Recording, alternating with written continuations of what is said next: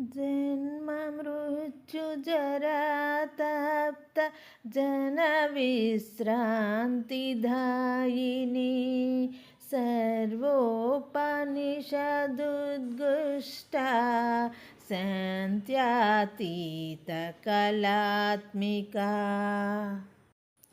జన్మ మృత్యు జరా తప్త జన విశ్రాంతిదాయిని అంటే ఈ చావు పుట్టుక ముసలితనం అనే వానిచే తన భక్తులు తప్పింపబడిపోయి ఉంటారు.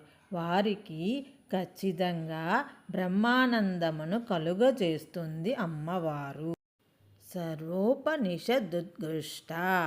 ఇందులో ఘోష అంటే బోధించడం అని అర్థం. మన సకల ఉపనిషత్తులందు దేవిని గురించి నిగూఢంగా అంటే రహస్యంగా చెప్పబడిన విషయాలు మన ఉపనిషత్తుల్లో మనకు తెలియజేస్తున్నాయి. శాంతాతీత కళాత్మిక అంటే ఇక్కడ శాంతం అనేది ఒక కళ.